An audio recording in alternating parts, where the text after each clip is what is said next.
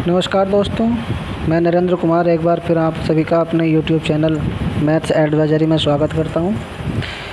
जैसे कि हम पढ़ रहे थे ट्रेन से संबंधित सवाल, तो आज हम ट्रेन की आखिरी वीडियो पढ़ेंगे और मैं उम्मीद करता हूं कि इस वीडियो के बाद ट्रेन की आपकी ज़्यादातर समस्याएं लगभग समाप्त हो जाएंगी। ठीक है, तो आज हम बढ़ते हैं पहले सवाल की तरफ। पहला सवाल क्या है भाई?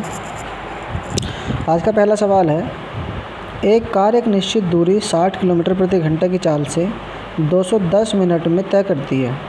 रेलगाड़ी द्वारा उसी निश्चित दूरी को तय करने में 80 किलोमीटर प्रति घंटा की चाल से लगा समय ज्ञात कीजिए। देखिए, हम इस तरह सवाल के लिए क्या अप्रोच लगा सकते हैं। सवाल देखते हैं भाई। सवाल में हम लगाएंगे कि भाई 60 किलोमीटर प्रति घंटा की चाल से जा रही है और उसको लग रहे हैं 210 मिनट। तो हम ओवरऑल दूरी निकाल सकते हैं। कैसे? देखिए भाई, 60 है ना, गुणा 210 और बटे 60 घंटे बन गए। चूँकि 4 किलोमीटर प्रति घंटा में थी तो ये कैंसिल आउट हो गया। तो आप मुझे बताएंगे कि सर दूरी हो गई 210 किलोमीटर। और उसने कहा कि यदि इसे 80 की रफ्तार से चलें तो 80 चला दो भाई। ये लो भी 80 से 0 कट गया। तो अब आप कहेंगे 8 दूनी 16, 2 सही 5 बटे 8 घंटे। तो आपका जवाब क्या हो गया? 2 सही 5 बटे 8 घंटे। क्लियर है सबको? चलिए अगला सवाल देखते हैं। अगला सवाल है, एक रेलगाड़ी 80 किलोमीटर प्रति घंटा की चाल से चलते हुए एक निश्चित दूरी को 4.5 घंटों में तय करती है। अगर वही दूरी 4 घंटे में तय करनी हो तो औसत चाल क्या होगी? देखें भाई, आप ट्राई कर सकते हैं पहले। चलिए देखते हैं इधर। तो 80 किलोमीटर की चाल से जा रही है और निश्चित दूरी को 4.5 घंटों में तय कर रही है। देखिए, बड़ा आसान सवाल है।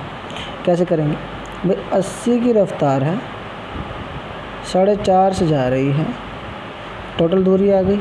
अभी उसने कहा कि इसे 4 में तय करना है, तो 4 से कितना? 20 टाइम्स।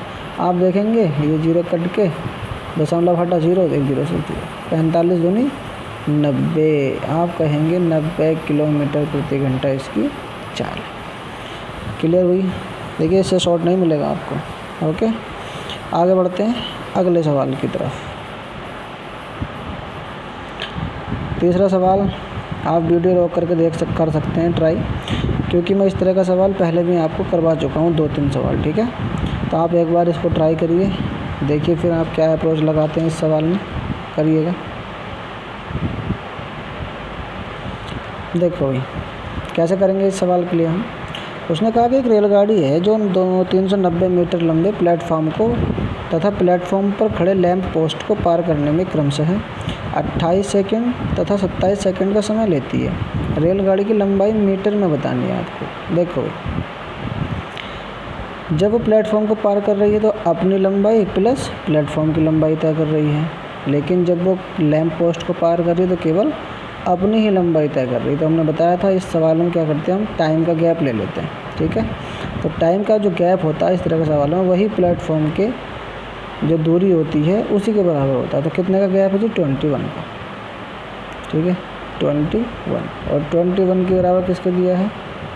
390 और 29 सेकेंड। तो 1 सेकेंड के बराबर किसका है जी?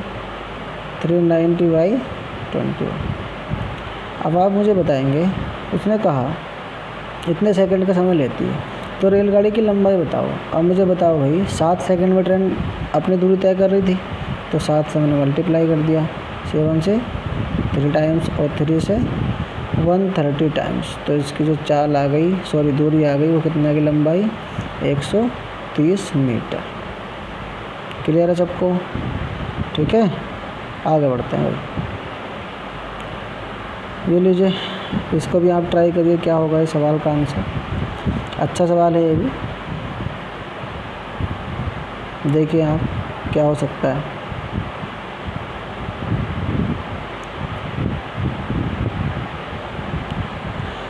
चलिए मैं बताता हूँ आपको इस सवाल का जवाब। एक व्यक्ति अपनी कुल यात्रा का 9/20 भाग बस द्वारा तय करता है। शेष बची दूरी 10 किलोमीटर वह पैदल चलकर तय करता है। उसकी कुल यात्रा की लंबाई किलोमीटर में बतानी है। ठीक है, अब मुझे बताओ 9/20 भाग बस से गया, यानी कि मैंने ओवरऑल ही 20 मान लिया। मैंने कहा टोटल 20 थी, उसमें से 9 चला गया बस से, तो बाकी कितनी बची जी 11। लेकिन उसने कहा कि जो शेष बची दूरी है वो 10 किलोमीटर है, वो पैदल गया है, यानी कि 11 की वैल्यू 10 है। क्लियर। तो 1 की वैल्यू 10/11 है, और हमसे पूछा है कुल यात्रा यानी 20 की वैल्यू कितनी आ गई 200/11। जब आप इसको सिंप्लीफाई करेंगे तो आपका आंसर आएगा 18.18 किलोमीटर। आया समझ? उम्मीद करता हूँ आप सभी को सवाल क्लियर हो गया होगा। आगे बढ़ते हैं अगले सवाल की ओर। अगला सवाल ये रहा आपकी स्क्रीन पर। बहुत बढ़िया सवाल है भाई ये, इसको आप ज़रा ध्यान से करेंगे। देखो मैं इसको 2 तरीके से बताऊंगा आप, ठीक है? इस सवाल को करने के 2 तरीके मैं आपको दूंगा, आप दोनों तरीके से लगा सकते हैं। चलिए कर लिया होगा आपने ट्राई, मैं बताता हूँ पहला तरीका क्या है इसका। तो उसने कहा कि P तथा Q एक दूसरे से 27 किलोमीटर दूर हैं। ठीक है जी, मैंने बना लिया भाई P और Q के जो बीच की दूरी है वो कितनी है साहब 27 किलोमीटर। 2 रेलगाड़ियाँ क्रम से P तथा Q से 24 और 18 किलोमीटर प्रति घंटे की चाल से चलना प्रारंभ करती हैं। वे Q से R पर, अब Q से कोई बिंदु R है, एरिया R पर मिलती हैं। यहाँ जाके दोनों मिल गए, ठीक है?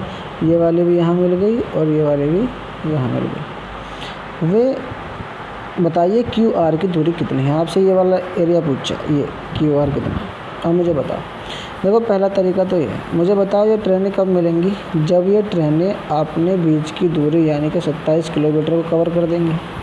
जो इनके बीच गैप है, जब ये उस गैप को कवर कर लेंगी तभी आपस में मिल जाएंगी। और चूँकि ये QR पर जाके मिल रही है, इसका मतलब Q से लेकर के R तक पहुँचने में ये 27 किलोमीटर का डिस्टेंस कवर हो गया।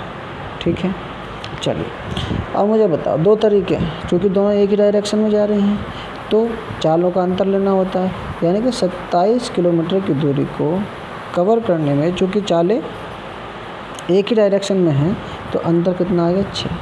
तो आप कहेंगे सर यहाँ से आ गया 4.5 घंटे, यानी कि 4.5 घंटे दोनों ट्रेनें ट्रैवल की होंगी।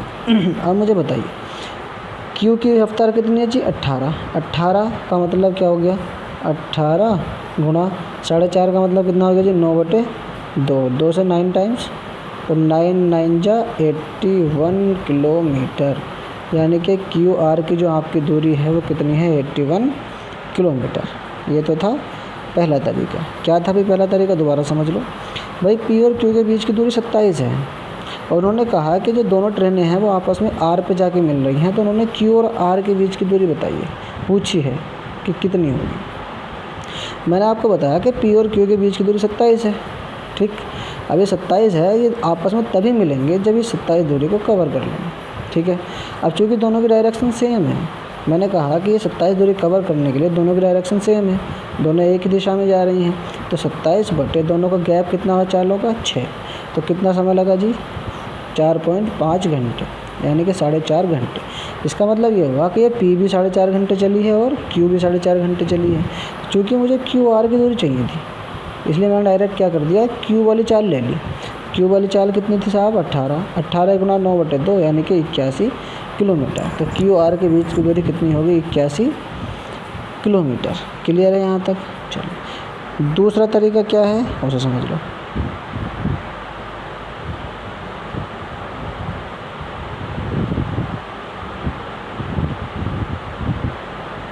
देखिए सेकंड मेथड क्या है भाई, कवर तो मुझे 27 किलोमीटर ही करनी है। ठीक है, अब देखो पहले घंटे में वो गया 6, दूसरे में गया 6, तीसरे में गया 6, चौथे में गया 6, टोटल 4 घंटे में कितना कवर कर लिया उसने 24। लेकिन कवर कितना करना था 27, तो आधा घंटा और चलेगा, तो दूरी कितनी कवर हो गई 3, यानी कि टोटल हो गई 27 कवर।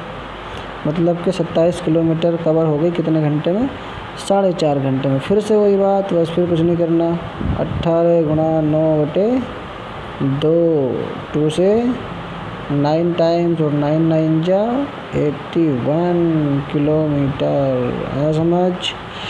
क्लियर होगा? ओके, चलिए आगे बढ़ते हैं नए सवाल की तरफ।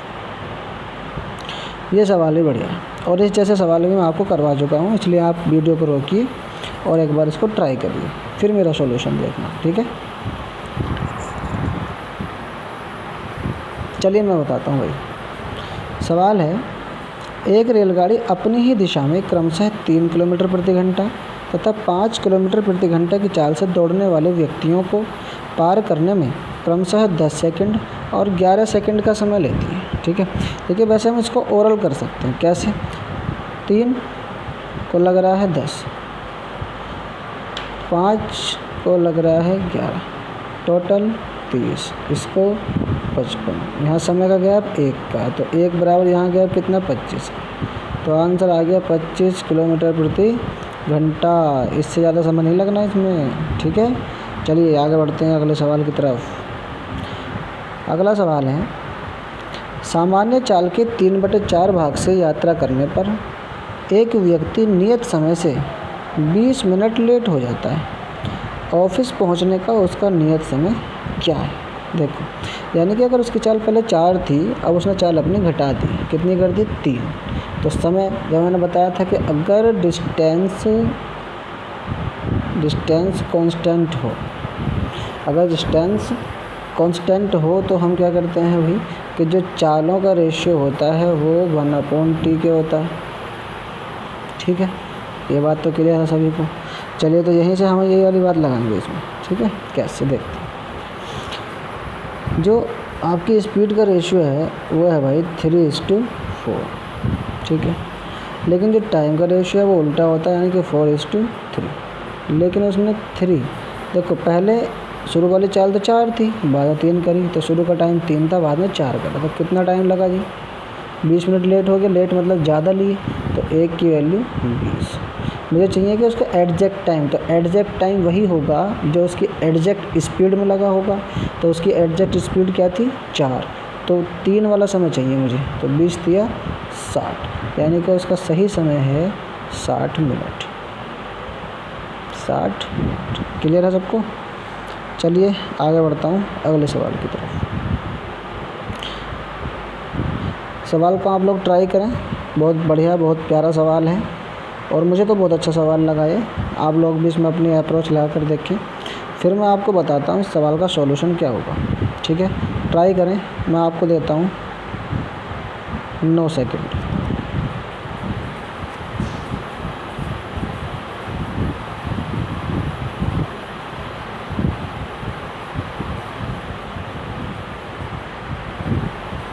चलिए मैं बताता हूँ। उसने कहा कि 66 मीटर तथा 88 मीटर लंबी 2 रेलगाड़ियाँ एक ही दिशा में चल रही हैं। बस एक ही दिशा चल रही है, मतलब चालों का अंतर होना है। यदि पहली रेलगाड़ी दूसरी रेलगाड़ी जिसकी चाल 30 किलोमीटर प्रति घंटा है को 0.168 मिनट में पार करती है तो पहली रेलगाड़ी की चाल ज्ञात करनी है। देखो थोड़ा सा इसमें एक्स वगैरह हम यूज भी कर सकते हैं, बिना एक्स से भी करेंगे, लेकिन एक्स वाला मुझे ज़्यादा सही लगा इसमें। देखिए वो 66 + 88 अपॉन, दोनों को चालें विपरीत हैं। उसने कहा कि दूसरी रेलगाड़ी थी, यानी कि उसकी चाल कम है, तो x - 30 बराबर कितने मिनट लग रहे हैं? 0.168। ये मिनट हैं, क्या है जी? मिनट। तो इन्हें पहले तो आप घंटा बना लो 60, और फिर इसे भी हटा दो और यहाँ भी लगा दो 3 0, ठीक है। अब आप ये भी देख रहे होंगे कि ये जो है ये मीटर में है और ये चालें किलोमीटर में है, ठीक। तो 40 किलोमीटर में, तो आप एक काम ये कर सकते हैं कि यहाँ भी 1000 ले लो और इस 1000 से ये 3 0 क्लियर हुई बात।